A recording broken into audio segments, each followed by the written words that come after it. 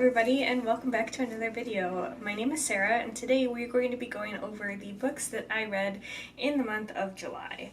Now, I know that this video is coming out a day or two before the actual end of July, so I am filming this a few days beforehand. There is a chance that I'll finish one of the books that I'm currently in the middle of before the end of July. Because of the way that kind of the schedule of how I wanted to do videos coming up kind of landed, I just decided we're going to do the July wrap up now. Now in the month of July I did read 7 books, I think, if I counted correctly, and I'm in the middle of 2 currently. And I know that maybe sounds like a lot. I will say 2 of them were novellas, so very short, either under 100 pages or just over 100 pages, and then one of them was a short story collection that was also fairly short, under 300 pages.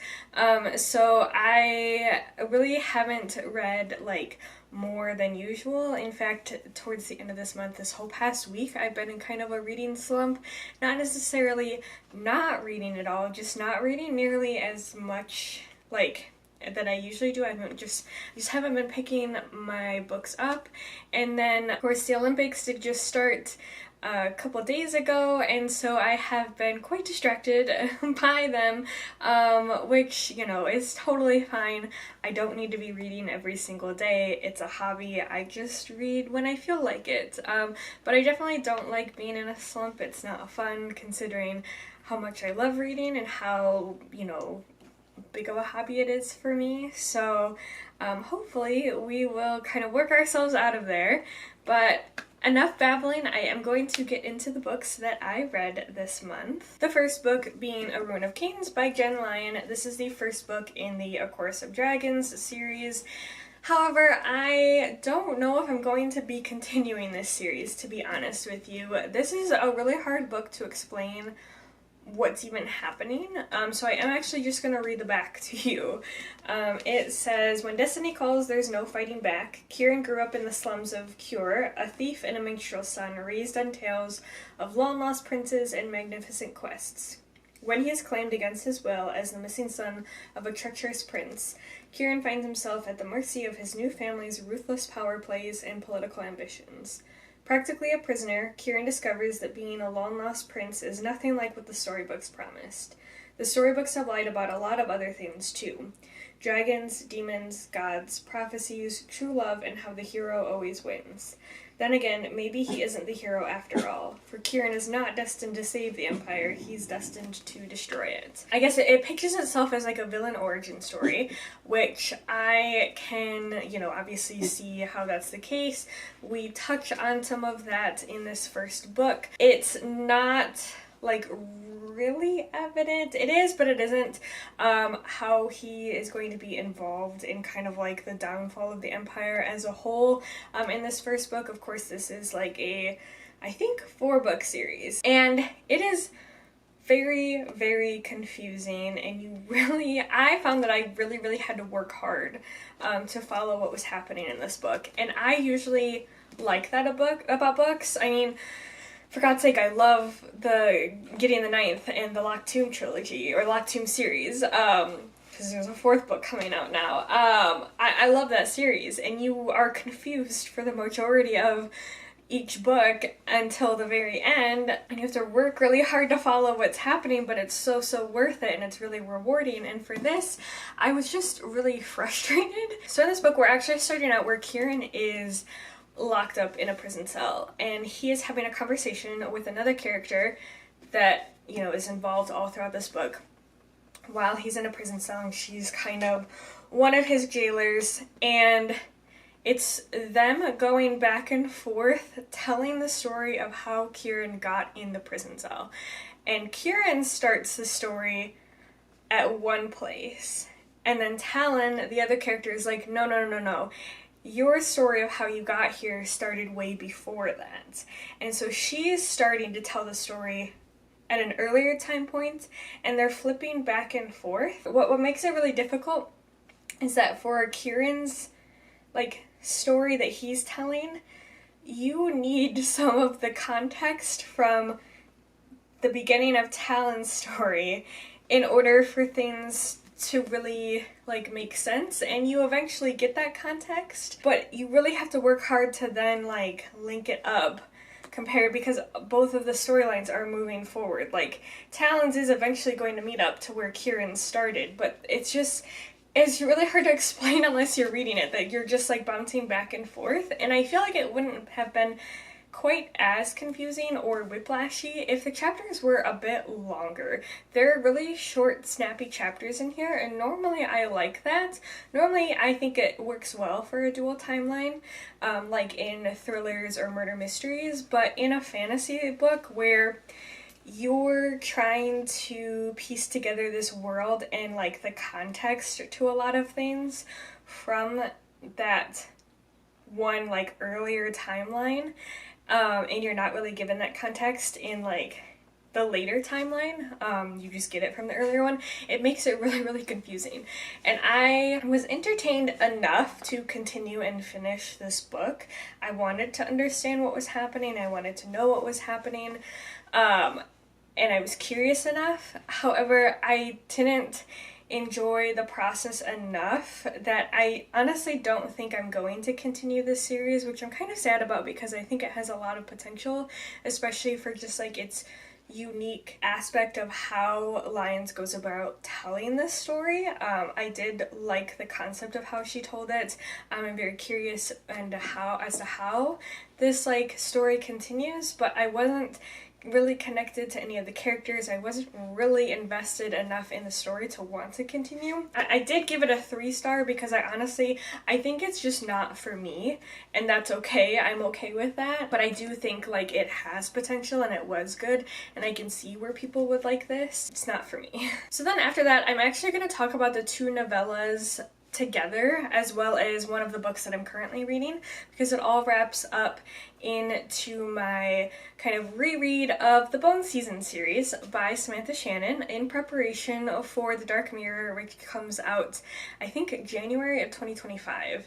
And because it's been such a long time since I've even read the first, second, or third book. I read the 4th book I think it came out about 2 years ago, but it's been so long since I've read the other ones that I really wanted to do a reread to just, reacquaint myself with this story and these characters. And I actually had never read the prequel novellas before. So the first one is On the Merits of Unnaturalness, and the second one is The Pale Dreamer. And basically, these 2 just get you kind of acquainted with the world, the magic system, and Paige as your main character. On the Merits of Unnaturalness is basically a like propaganda pamphlet that one of the characters wrote to give you a breakdown of the different like types of magic that are in this world. It's all centered around clairvoyance. So think of spirit-based magic and prophecies, having visions, reading tarot cards, kind of things like that, and like speaking with the dead and all of those kinds of things. There's so many various types that Samantha Shannon has brought into this world and made it really nuanced. And so this is a great novella to get you kind of introduced to the magic system, because it is quite varied and expansive. And then The Pale Dreamer gives you a glimpse into Paige's character and kind of how she ended up in this kind of underground criminal system within London prior to where the Bone Season starts. And I am actually now rereading the Bone Season. So I'm rereading these following a schedule that was kind of put together by someone on Instagram. I will link their account down below so you can check it out if you want to pick it up.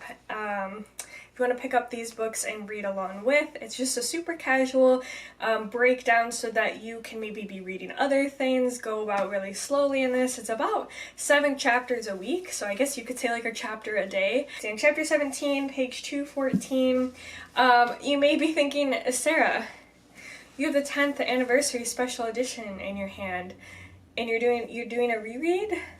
You've read these how many years ago? You have all 4 of these books already? This one's new. Yes, I did buy the 10th anniversary special edition because it was edited and has extra material that Samantha Shannon wrote. And I am going to be picking up the other 3 new revised editions as well. I will be taking no questions or criticism on this. I've kind of talked about what the first 2 novellas are. I haven't really talked about what this series is. So basically, we are following Paige Marney. She is clairvoyant, and Paige is kind of a very, very rare clairvoyant. She's what's known as a dreamwalker, where she can like displace her spirit, or at least that is like the potential of her abilities. And clairvoyance is illegal. We're in the year 2059 and we're in London, and we're basically in our world, but an alternate version of it, where imagine that clairvoyance has always existed. However, this kind of republic has slowly started to take over parts of Europe and has made clairvoyance illegal. And so Paige is actually involved in an underground kind of criminal syndicate. She gets arrested one day and she gets sent to a penal colony. Her understanding of what this like Republic of Scion, that is like now part of Europe and includes London, her understanding of that is completely flipped on its head, and she really gets an in-depth look as to what is actually going on in this republic and how she has now become a prisoner, and the series really explodes out from there. I just really love this series. I'm really enjoying my reread, and I'm really sad that I'm in the middle of kind of a reading slump right now because I love this series so much and I really am enjoying my time rereading it. Love Paige as a character, love all of the side characters too, or love to hate some of the side characters. The world is just really expansive and intense, and the magic system is super fascinating, and just how this story develops is just so much fun. When I remember reading this series for the first time, and I never really imagined where this story could go, and I think Shannon just really excels in kind of the details of things and just does a really beautiful job with this, and I'm really having fun. So then after that, I read The Children on the Hill by Jennifer McMahon. This is inspired by Frankenstein, and for whatever reason I have a very hard time explaining what the plot of this book is accurately. I don't know why, because it's not that hard to explain. Like, it's not overly complicated, but I have a hard time with it, so I'm going to just read you the inside. Basically, we're following 2 different timelines, 1978 and 2019. So the 1978 timeline says, at her renowned treatment center in picturesque Vermont, the brilliant psychiatrist Dr. Helen Hildreth is acclaimed for her compassionate work with the mentally ill. But when she's home with her cherished grandchildren, Violet and Eric, she's just Gran, teaching them how to take care of their pets, preparing them home-cooked meals, and providing them with care, attention, and love. Then one day, Gran brings home a child to stay with the family. Iris, silent, hollow-eyed, skittish, and feral, does not behave like a normal girl. Still, Vi is thrilled to have a new playmate. She and Eric invite Iris to join their monster club, where they catalog all types of monsters and dream up ways to defeat them. Before long, Iris begins to come out of her shell. She and Vi and Eric do everything together, ride their bicycles, go to the drive-in, meet at their clubhouse in secret to hunt monsters. Because, as Vi explains, monsters are everywhere. And then the 2019 timeline says Lizzie Shelley, the host of the popular podcast Monsters Among Us, is traveling to Vermont, where a young girl has been abducted and a monster sighting has the town in an uproar. She's determined to hunt it down because Lizzie knows better than anyone that monsters are real, and one of them is her very own sister. I had kind of mixed feelings with it. It was just okay to me. I had a good time with it. I was entertained. I do really like McMahon's writing style. I think that it was really beautiful. I wanted a little bit more feralness out of Iris's character. Like, the way that she's described in the synopsis is like a bit unhinged, and she just wasn't that way. She was just kind of a very sad girl, and I feel like she could have been maybe pitched a little differently, because I feel like it gives you a certain expectation of how this story is going to play out, or at least how her character is going to be, and that really kind of sets the expectation of the story, and it's not quite that. I will say that it was pretty predictable as well, in the sense that, like, I feel like when the predictions came true, I still found them satisfying to some extent, and I didn't predict everything. I had a couple of things wrong, which I was pleasantly surprised about. I think that what happened was done really well. Overall, again, this was just okay. Like, it was pretty slow paced. I was definitely more invested in the 1978 timeline than I was the 2019 one. I will say the 1978 one did take up more of this book than the 2019 one, so like the fact that I was more interested in that one worked out well in my favor. Not that the 2019 one is totally boring, but it just didn't capture my attention as much as the earlier timeline. But yeah, overall this was okay. I think I gave it 3 stars. After that, I read The Troop by Nick Cutter, which is now a new favorite of mine.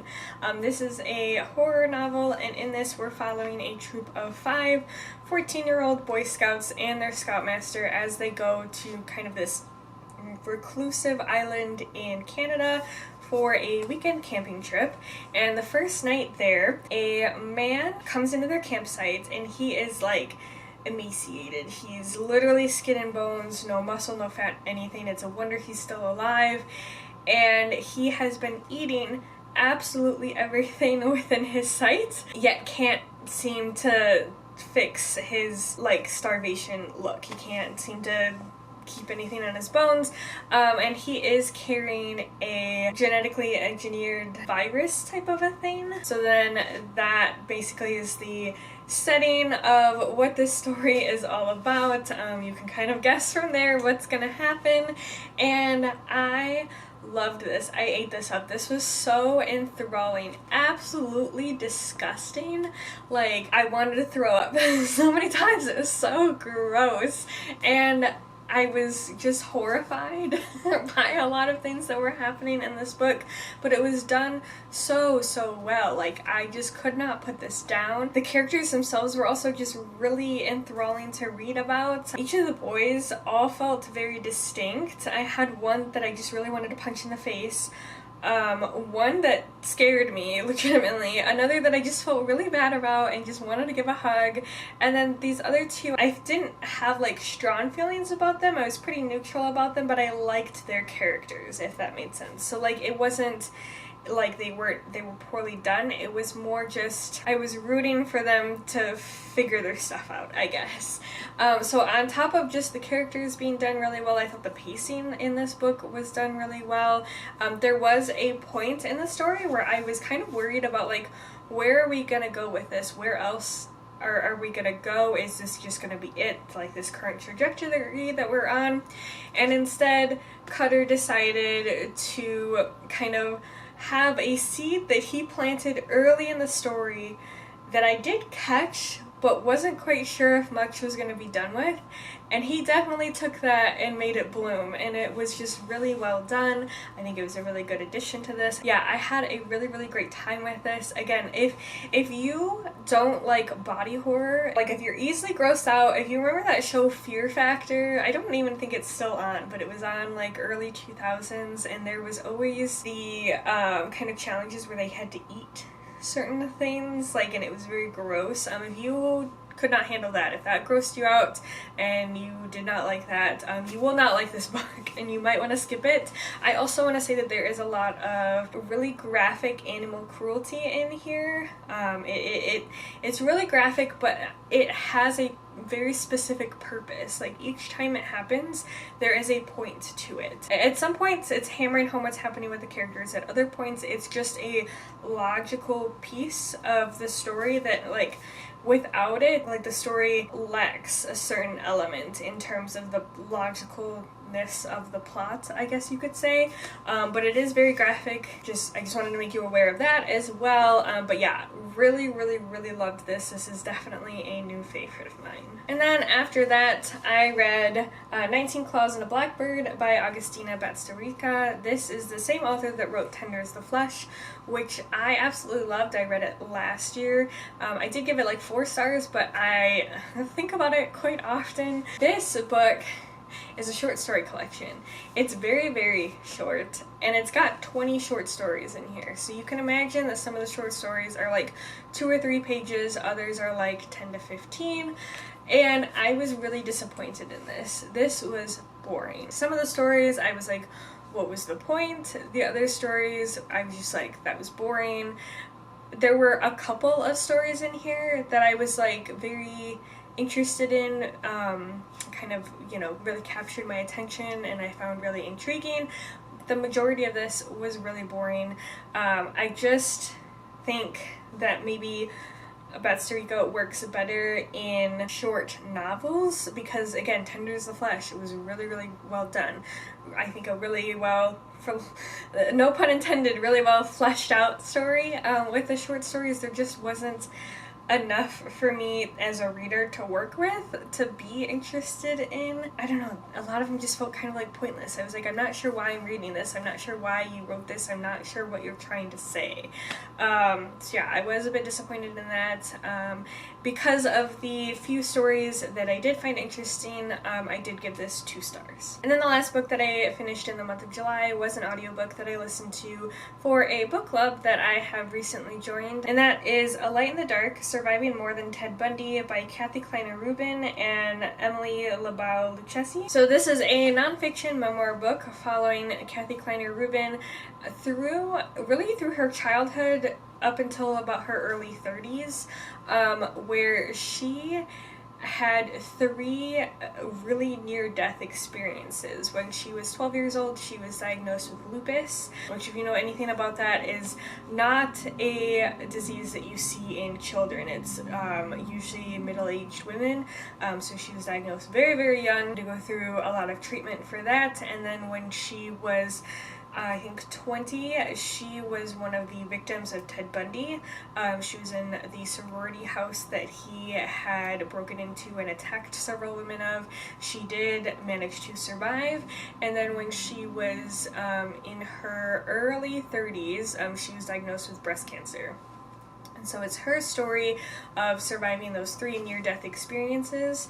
And the majority of the book does cover the Ted Bundy near-death experience and the whole trial and leading up to his execution, and kind of the whole long drawn-out process of not only the trial but his execution continuously being pushed back. And this is just a beautifully heartbreaking story, and it's really, really focused around the victims, especially since the majority of the book focuses around the Ted Bundy trial. She really hammers home the focus on the victims and how Ted Bundy was not a charismatic, charming man. That is a false narrative that the media has come up with and continues to push today. He was actually a very, very awkward, creepy man that, you know, there was plenty of witnesses, plenty of women that ran into him that talked about how he was creepy. He made them very uncomfortable. The vast majority of the women that he killed, he actually either attacked in bed while they were sleeping, or he attacked and captured them from behind.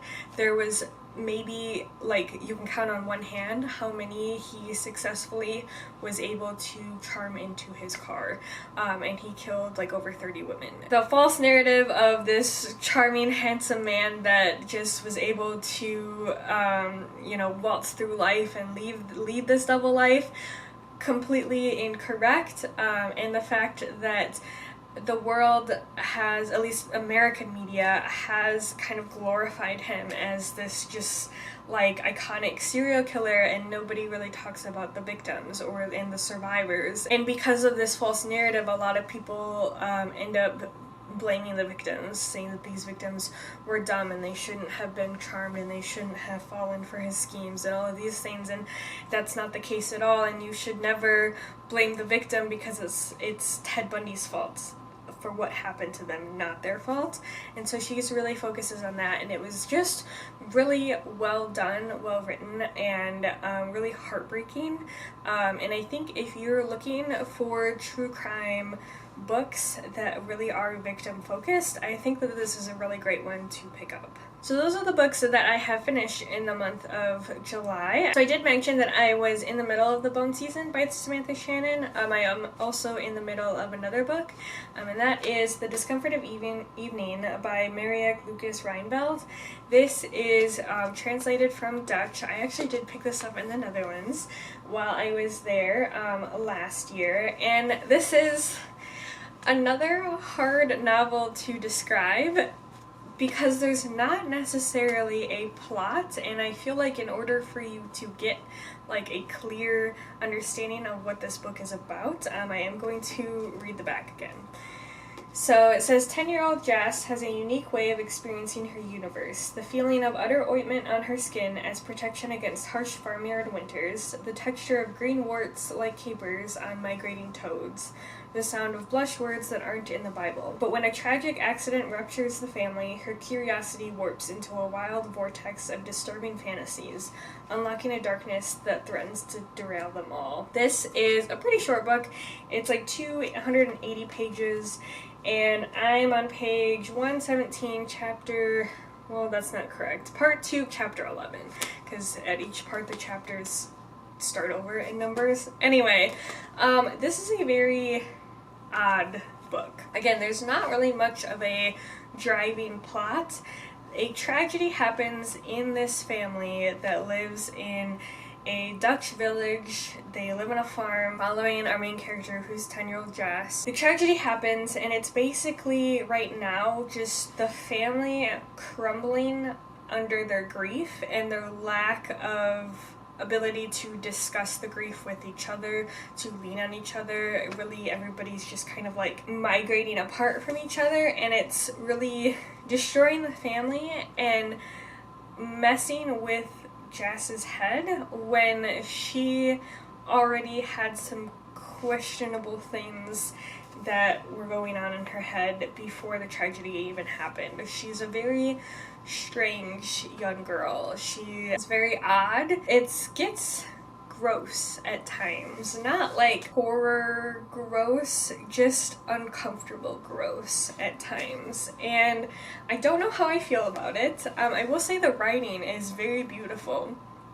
I really appreciate it. I think the translation was done really well. This is actually a 2020 International Booker Prize winner, which is, you know, in case you were curious and looking to read more literary fiction that is award-winning, this is one of them. It's really hard to explain like my feelings on it because I don't really know what they are yet. I'm just kind of along for the ride at this point, but I will say it is just a very strange little book, and this is a very strange girl, and the fact that her family is just kind of like migrating apart is definitely not what she needs. Like, I think she needs some direction and some help, and since she's not getting it, things are just becoming stranger for her. But yeah, it's interesting so far.